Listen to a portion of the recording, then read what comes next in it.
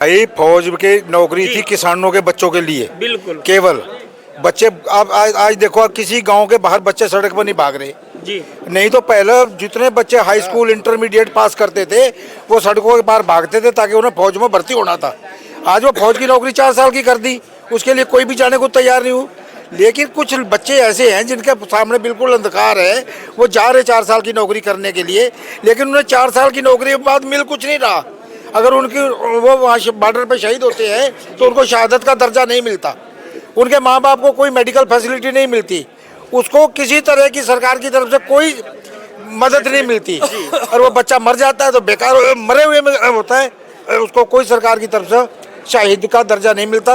और राज्य सरकार अपनी तरफ से कोई 50 लाख दे रही, कोई 1 करोड़ दे रही, लेकिन सेंट्रल गवर्नमेंट उसमें किसी को 2 रुपए नहीं दे रही।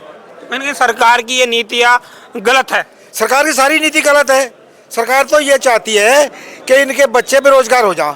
आज हमारे देश में 40 करोड़ बच्चे बेरोजगार घरों में बैठे हैं, किसी को रोजगार नहीं। और जो रोजगार कर भी रहे 12-12, 14-14 हज़ार रुपए के चक्कर में जो कंपनियों में, प्राइवेट कंपनियों में नौकरी कर रहे, आप विश्वास करके बताओ कि क्या 12,000 या 14,000 लेने के बाद कोई आदमी अपनी बीवी या एक बच्चा या 2 बच्चे को पाल सकता है? नहीं पाल सकता। लगातार सरकार करके सबका साथ सबका विकास और रोजगार दे रहे हैं हम। कोई रोजगार नहीं यार, कहाँ रोजगार? 40 करोड़ बच्चे बेरोजगार घर में बैठे, रोजगार कहाँ है? कहाँ है रोजगार? किसके पास? की आय भी बढ़ा रहे हैं। किसकी आय बढ़ानी है? तो किसान नहीं खत्म करने जा रहे हैं, रोजगार कहाँ बढ़ाएंगे? जब हमें डीएपी की जरूरत थी तब यूरिया पड़ा था, आज हमें यूरिया की जरूरत है तो डीएपी पड़ा है। क्या ये किसान आने वाले समय में 27 के इस जो अपनी बात रखेंगे और सरकार के भाई सरकार किसी की भी आवो जी, अभी ये जो मुद्दा है हमारा मूल निवास प्रमाण पत्र का, कांग्रेस भी इसके ऊपर शांत है कि अगर कांग्रेस हमारी बात रखती है प्लेन के लोगों की तो इन्हें पता है कि ऊपर में हमें कोई वोट नहीं देगा। हमारी बात तो हमें अपनी लड़ाई खुद लड़नी पड़ेगी।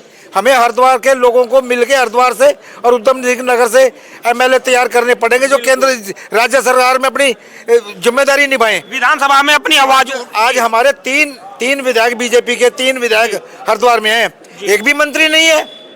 एक भी मंत्री है, सारे नालायक हैं। ये क्यों नहीं है मंत्री? पहाड़ के सारे मंत्री क्यों हैं? अरे हम हरिद्वार के लोगों ने 3 आदमी जिताए थे, हालांकि हम उन्हें जिताने वालों में नहीं है, हम दूसरी पार्टियों को जिताया है, लेकिन अगर 3 जीते हैं तो उनमें से किसी एक को तो मंत्री बनाते हैं।